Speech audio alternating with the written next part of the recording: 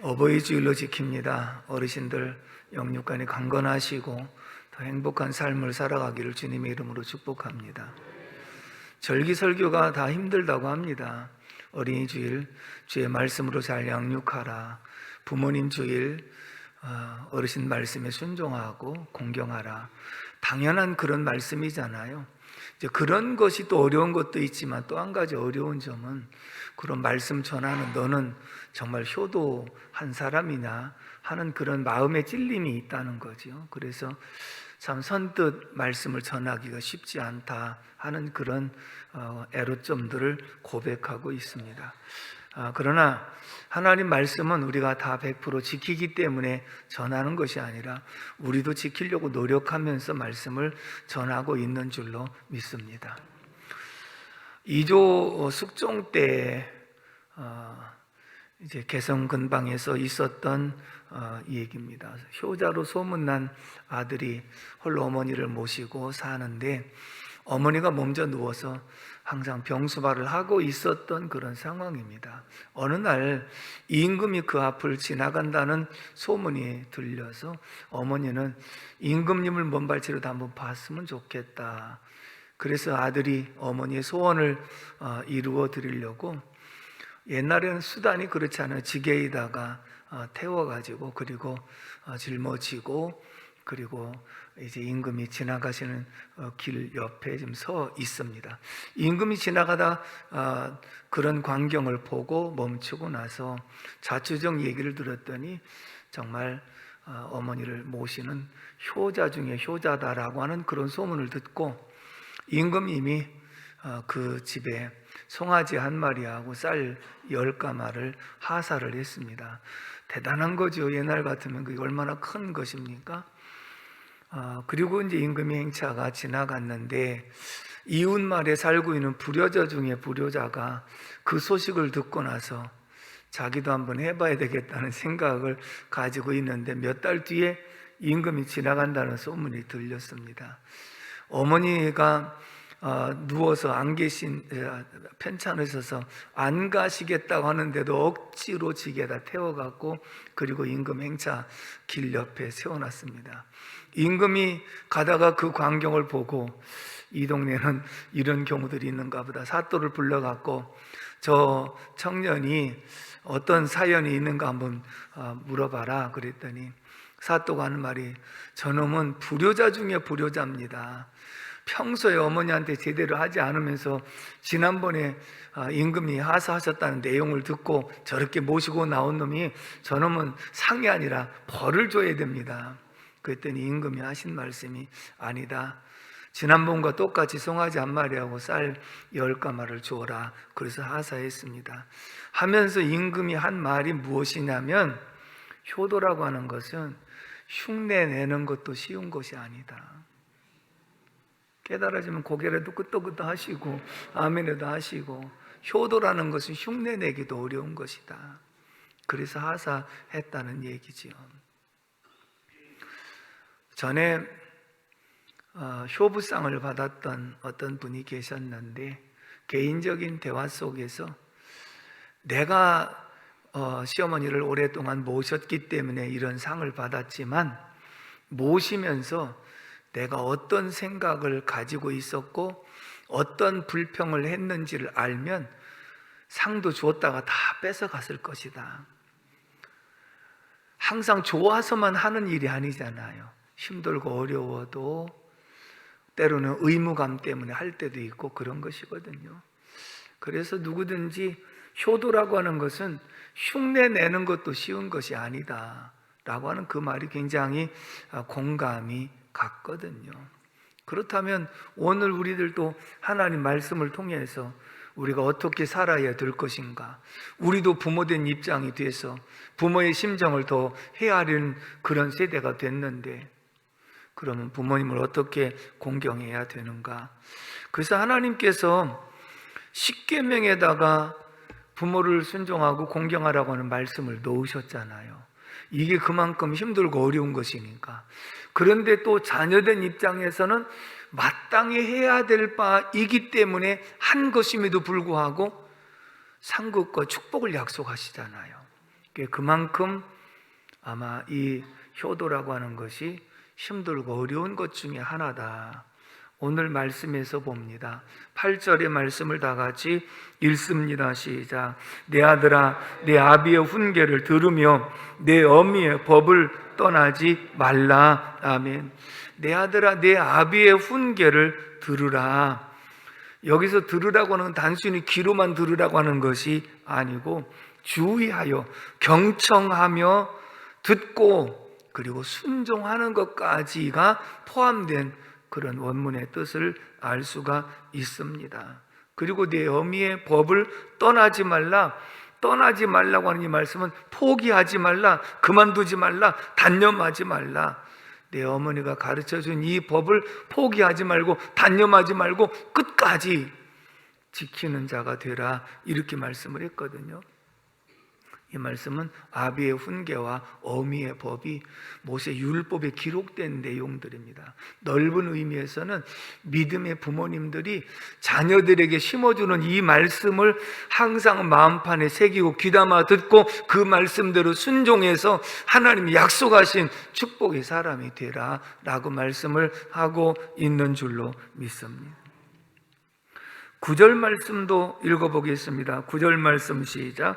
이는 내 머리 아름다운 관이요 내 목에 금사슬이니라. 아멘.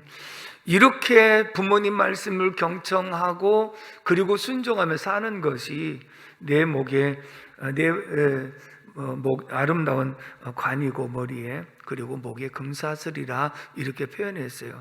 현대인 성경에 쉽게 번역한 내용을 읽어드리겠습니다. 이 말씀을 내 아들아 내 아비의 교훈을 귀담아 듣고 내 어미의 가르침을 저버리지 말라. 그들의 교훈은 내 머리의 화관과 내 목의 금사슬과도 같으니라 그랬어요. 자식이 홀로 하늘에서 떨어진 것 아니고 땅에 솟아난 것이 아니라 하나님의 대리자로 부모님을 세워서 이 땅에 우리를 보내셨거든요. 그래서 그분들을 통해서 양육을 받고 오늘 성장해서 우리가 부모 되기까지 성장한 이 과정 속에서는 반드시 부모님이 계셨고 희생과 헌신이 있었기 때문에 그분들의 경험과 그분들의 노고와 그분들의 수고를 절대로 잊지 말라. 그것은 내가 잘 되는 길이기도 하고 내가 부모를 보답하면서 사는 것이 하나님을 기쁘시게 하는 것 중에 하나다, 이렇게 말씀을 하고 있습니다. 그러므로 믿음의 부모님을 통해서 우리에게 주시는 하나님 말씀은 어떤 것인가? 첫 번째는 잠언서 23장 22절의 말씀을 다 같이 한번 읽어봅니다. 시작. 너를 낳은 아비에게 청종하고 내 늙은 어미를 경히 여기지 말지니라. 아멘. 따라서 합시다. 부모에게 청종하고 경히 여기지 말라. 부모에게 청종하라고 하는 이 말씀은 듣고 따른다는, 들을 청자, 따를 종자, 듣고 따르는 것. 부모에게 말씀을 듣고 그 말씀대로 순종하는 것. 그리고 경히 여기지 말라고 하는 이 말씀이 이어졌는데, 먼저 효도는 어디서부터 출발하느냐? 부모님 말씀을 듣는 데서부터 출발하는 것이다. 효도는 부모의 말씀을 듣는 것부터가 시작이 된다. 여러분, 부모님 연세가 많이 드시면요, 첫째는 대화의 상대가 없어지는 거예요. 자녀들은 다 직장과 학교로 손주들까지 가고 낮에 혼자 계시니까 누구를 만날, 더군다나 우리 믿는 사람들 같은 경우에는 경로당도 잘 안 가시잖아요. 그러니까 만나는 사람들이 없으니까 굉장히 외로우신 것이거든요. 그래서 어쩌다가 대화의 상대를 만나면 한도 끝도 없이 계속 말씀을 하시는 거예요. 대화가 고프신 거지요. 그렇기 때문에 진정 효도는 부모님을 자주 뵙고 부모님이 하고 싶어 하시는 말씀을 계속해서 들어주는 것이 효도 중에 효도다, 이렇게 말씀 공감하십니까? 들어주는 거. 여러분, 상담의 기본은 들어주는 거예요. 그래서 내담자의 하고 싶은 말을 들어주면 그것만 다 들어줘도 80, 90%는 치유가 되는 거라고 그랬거든요. 그렇기 때문에 듣는 것이 얼마나 큰 것인가 하는 것을 보여주고 있거든요. 그러므로 대화의 상대가 없다 보니까 외롭고 또 굉장히 소외감을 느끼시는 부모님들 찾아뵙고 말씀을 들어주는 것서부터가 효도의 출발이다, 이렇게 말씀을 하고 있습니다. 경히 여기지 말아야 된다고 하는 것, 멸시하지 말고 무례하게 대하지 말라라고 하는 말씀이에요. 여러분, 부모님도 젊고 능력 있고 경제권이 있고 그러면요, 자녀들이 아무도 부모를 경히 여기는 자녀는 없어요. 이제는 늙고 병들고 가진 것 없고 모든 것 다 자녀들을 위해서 희생하시고 헌신하고 껍데기밖에 없는 이런 상황 속에서 정말 우리를 위해서 이렇게 희생하고 헌신하셨으니 이제는 저희들이 잘 모시겠습니다는 마음을 갖는 것이 마땅함에도 불구하고 자꾸 어르신들의 특징이 하신 말씀 또 하시고 하시는, 기억력이 없으셔서 그런데요, 하고 난 얘기도 다 잊어버렸고 돌아서도 잊어버리고 또 하시고, 그 다음에 목소리가 크신 이유는 당신의 귀가 잘 안 들리니까 크게 말해야 상대방이 전달되는 것처럼 느껴지기 때문에 그렇다는 것이거든요. 그렇기 때문에 일단은 듣는 데서부터 효도가 출발이고, 그 다음에 가볍게 여기지 말고, 부모님이 능력이 있고 경제권이 있고 힘이 있을 때 내가 대하던 태도나 힘이 없으시고 경제권도 없으신 이런 상황 속에서도 대하는 태도는 변함이 없는 것이 효도 중에 효도인 줄로 믿습니다. 어느 교회 목사님 간증 속에 이런 내용이 있습니다. 한 번은 교회 등록한 지 한 2년쯤 되는 성도의 가정에 신방을 가셨는데, 신방 끝나고 이런저런 대화를 나누면서 요즘 자신이 교회 다니기가 너무 어렵다고 하는 그런 말을 하면서, 어렸을 적에 아버지가 주사가 굉장히 심하신 편이었기 때문에 사흘이 멀다 하고 술을 매일같이 드시고 들어오셔서 집안 살림을 다 때려 부수고, 그도 성이 안 찬다고 그래서 어머니를 때리고 아이들을 때리고, 그렇기 때문에 하루도 마음 편할 날이 없이 성장했다.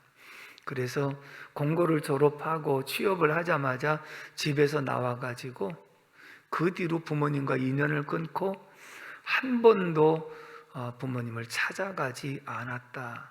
그런데 그러다가 중간에 이제 예수 믿는 색시를 얻어갖고 결혼을 했고, 그리고 자녀들을 두었는데 그래도 교회를 안 나가다가 이제 나이가 좀 들어가면서 아내를 따라서 교회를 나오게 되었는데, 교회에 오자마자 목사님 설교하는 내용이 부모 잘 공경하라고 하는 설교를 하시니까 자기 표현으로 내가 미치겠다는 거예요.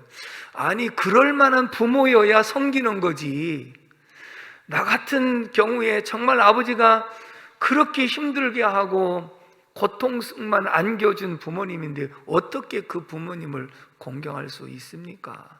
그런데 또 그 설교가 자주 있다가 보니까 아마 어버이 주일쯤 나왔는지 모르겠어요. 그러니까 본인의 마음속에 굉장히 괴롭다고 하는 얘기를 하면서 교회 다니기가 참 힘든다고 하는 그런 고백을 했다는 거예요. 근데 이제 자기 문제가 하나 생겼습니다. 자기는 아버지 때문에 술을 마시지 않았어요. 잘한 거잖아요.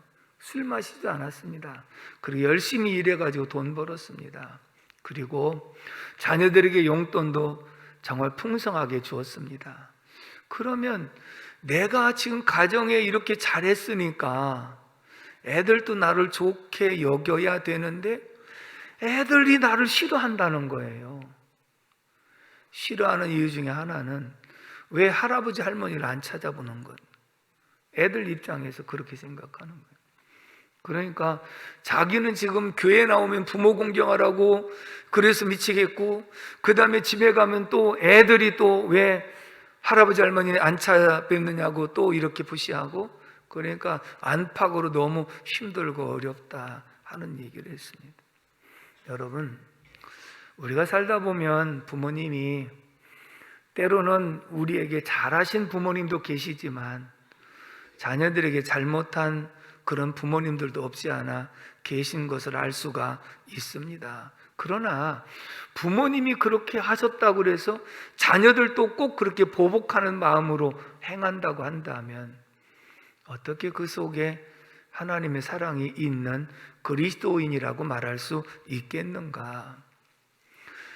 전에 제가 한번 들었던 그 간증 가운데 시아버지가 그렇게 주사가 심했던 그런 분이었는데 며느리가 들어오면서 직접 술을 받아다가 집에서 대접을 하면서 아버지의 말을 들어드리기 시작을 했습니다.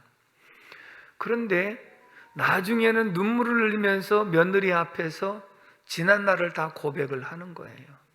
자기는 누구에게도 이런 마음에 있는 얘기를 하고 싶었지만 아무도 들어주는 사람이 없었기 때문에 그 마음의 고통을 술로 달래느라고 이렇게까지 지금까지 해왔다고 그러면서 내가 내 말을 다 들어줘서 내 속에 있는 이런 상처가 치유가 되어지므로 이제는 내가 술도 끊을 것이고 너를 따라서 내가 교회를 가겠다고 이렇게 말씀한 케이스도 있었거든요. 그 얘기는 뭐냐면 들어주는 데서부터 치유가 되어졌고 어른들의 말씀을 청종하는 데서부터 효도가 시작이 되어졌고 그리고 나서 변화가 일어난 모습이 들어주는 것이 이렇게 귀한 효도 중에 효도가 되어진 줄로 믿습니다.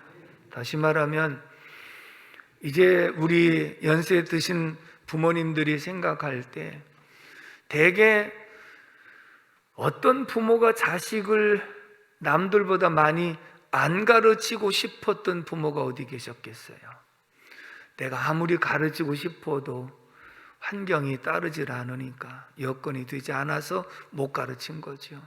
우리도 형제가 많다 보니까 큰형님 공부하시고 둘째 못하고 셋째 공부하고 넷째 못하고 이러니까 중간에 끼어있는 형제들 가운데 공부 못했다고 또 후회하고 안타까워하는 그런 말을 많이 한 적이 있습니다만은 돌아보면 다 가르치고 싶었지만 여건이 안 돼서 못한 걸 어떻게 하느냐.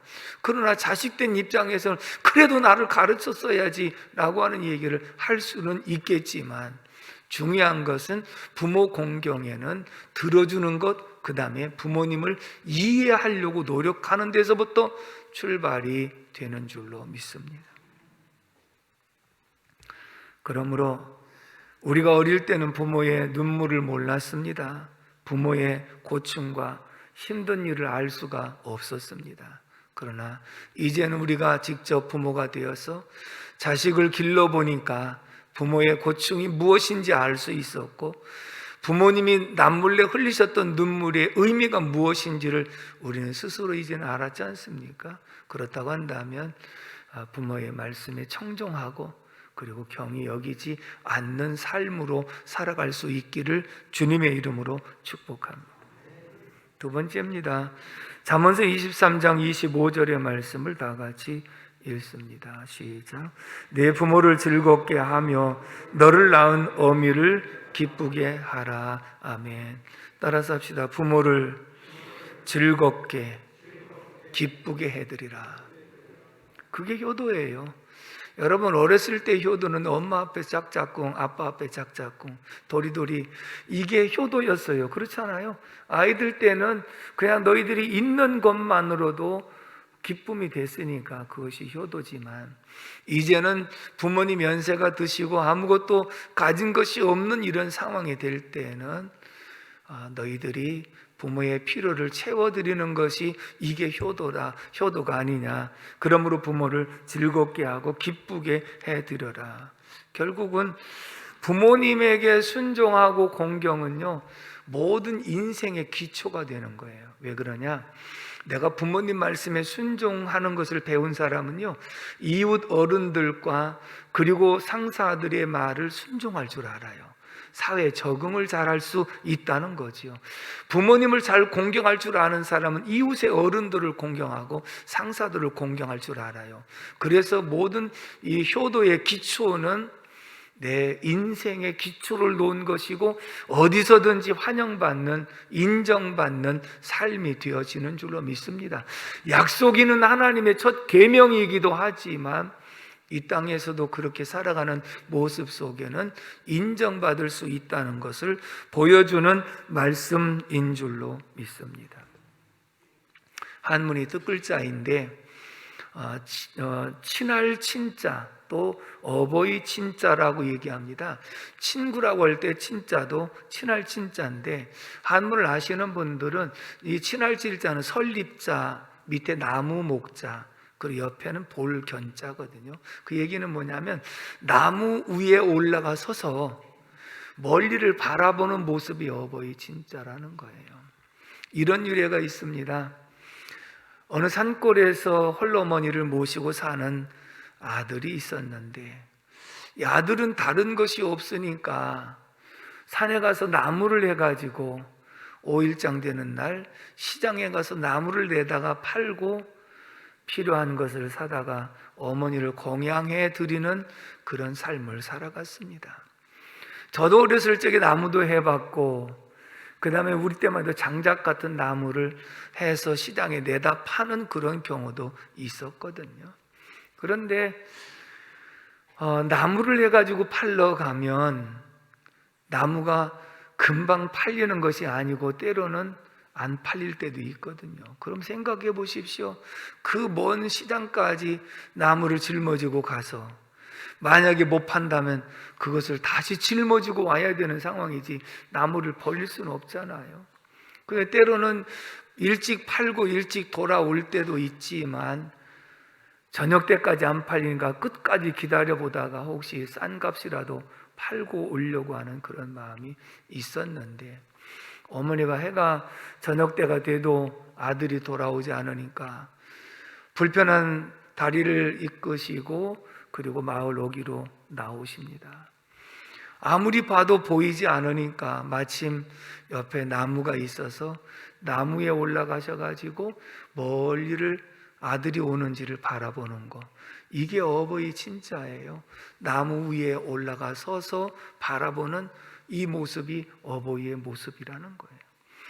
그래서 이제 아들이 보이기 시작을 하고 아들이 나무를 팔아서 어머니가 좋아하시는 음식 장만을 해가지고 돌아옵니다.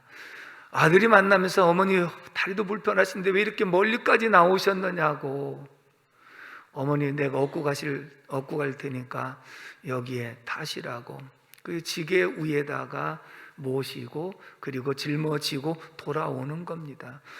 효도 효자는요, 늙을 노자 밑에 아들 자자입니다. 늙으신 부모님을 등에다 업고 있는 모습이 효도 효자예요. 그러니까 어버이 친자는 자식을 바라보는 탕자의 아버지가 날마다 동구 밖에서 자식을 기다리는 모습과 같이 항상 돌아오지 않으면 언제 올는지 궁금해서 수시로 나가보는 것이 부모의 심정이고, 그래도 효도하는 아들은 그 어머니를 다리 아파서 지게에다가 모시고 그리고 짊어지고 돌아오는 이런 모습이 얼마나 아름다운 모습입니까? 이것이 바로 하나님이 부모를 공경하라고 하는 이 말씀의 아름다운 가정, 화목한 가정, 그리고 행복한 삶을 누리게 하기 위해서 주신 말씀인 줄로 믿습니다. 동화에 나무와 소년이라고 하는 동화가 있습니다. 그런데 이 동화의 내용 속에는 한 그루의 사과나무가 있었고, 그리고 그 사과나무 앞에 와서 매일 찾아오는 소년이 있었습니다. 참고적으로 이 말씀을 들을 때 사과나무는 어머니를 상징하고 있고요, 소년은 자식을 상징하고 있습니다. 그래서 사과나무가 있을 때 이 소년은 매일같이 사과나무에게 와서 늘 기뻐하고 행복해 했습니다.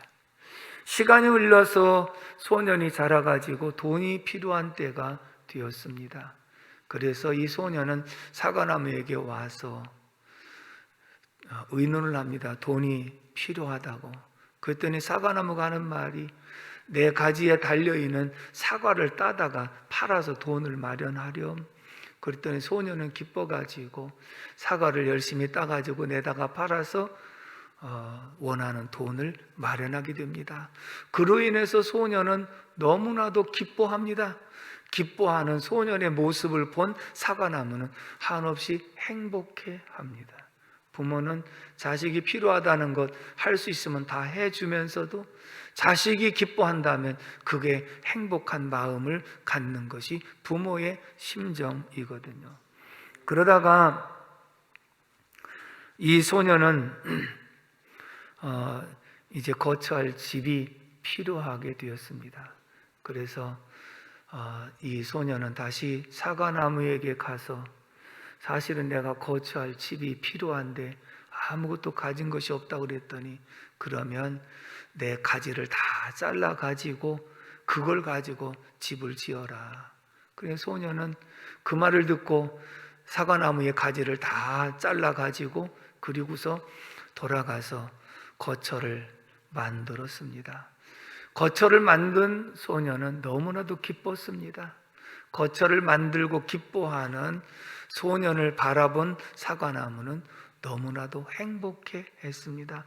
내가 희생이 되더라도 내가 기뻐한다면, 내가 헌신이 돼서 내가 잘 살 수만 있다면 나는 그것으로 족하다라고 하는 그런 고백이겠지요. 그러다가 어느 날 소년이 다시 필요한 것이 있습니다. 내가 먼 나라, 먼 세상을 한번 두루 항해를 한번 해보고 싶다.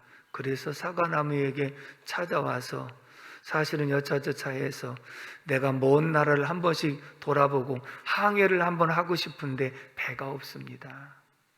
그랬더니 사과나무는, 그러면 내 이 몸을 다 베어가지고 배를 만들어서 항해를 한번 해보렴. 그 말을 듣고 이제 청년이 된 이 소년은 사과나무 전체를 싹 베어가지고 그것을 배를 만들어가지고 그리고 열심히 항해를 합니다.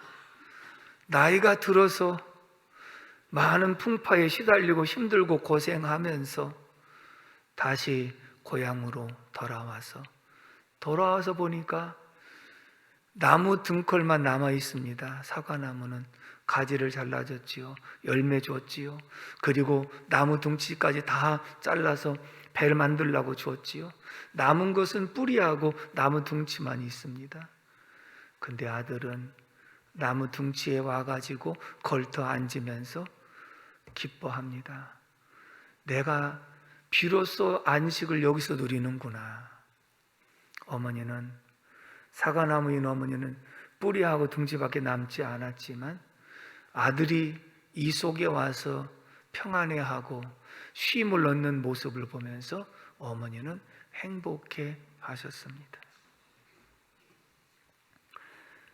사랑하는 성도 여러분, 오늘 우리는 이 얘기를 들으면서 우리 부모님은 자식을 위해서, 자식이 원한다면 사과 열매도 따줬습니다.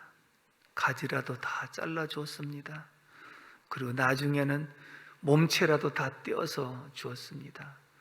뿌리하고 이제 고목만 남아있는 그런 모습이 오늘 연세 드신 부모님의 모습이 아닙니까?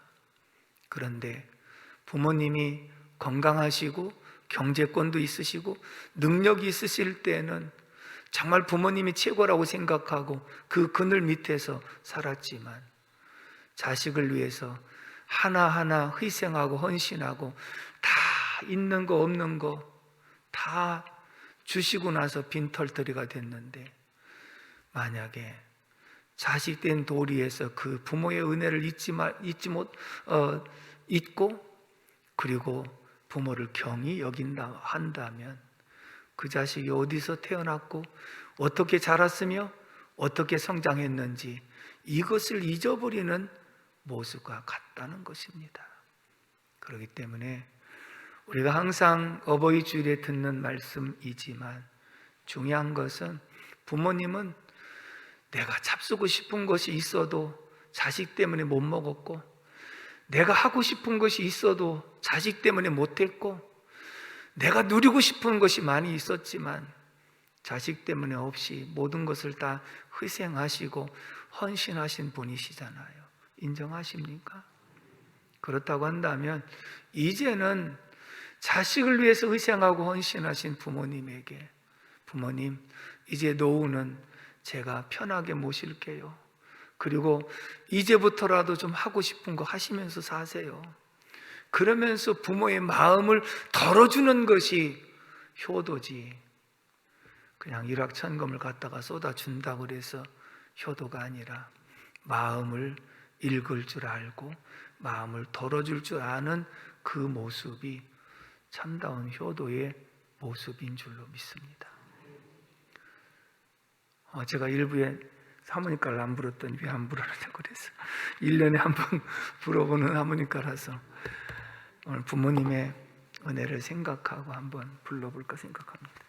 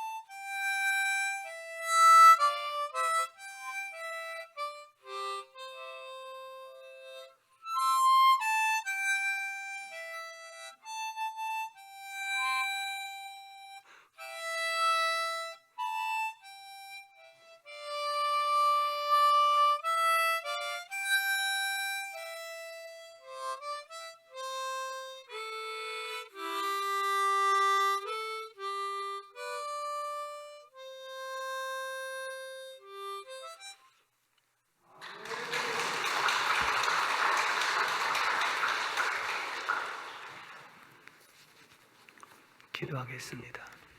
하나님 아버지, 은혜와 사랑을 진심으로 감사를 드립니다.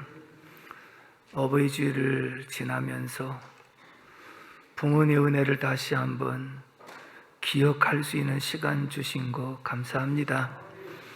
오늘 우리가 있는 것은 하나님이 계시기 때문이며 우리를 낳아서 길러주시고 희생하시고 헌신하신 부모님이 계시기 때문임을 고백합니다. 우리의 마음속에 부모의 은혜를 잊지 않고 기억하게 하시고, 부모님이 생존에 계실 때 한 번이라도 더 뵙고 말씀을 들어드리고 육적으로 정신적으로 필요한 부분들을 채워드릴 수 있는 자녀들이 다 되게 하여 주시옵소서. 오늘도 말씀 받은 우리 모두에게 은혜를 베풀어 주시고 하나님을 기쁘시게 하며 하나님 말씀에 순종하여 은혜 있고 복 받는 성도들 되게 하여 주옵시고, 어르신들 영육을 강건케 하시며 날마다 새 힘 주시고 주님 때문에 행복하고 주님 때문에 기뻐하고 주님 때문에 은혜로 살아갈 수 있는 귀한 삶이 되게 하여 주옵소서. 감사하고 예수님의 이름으로 기도 올리옵나이다. 아멘.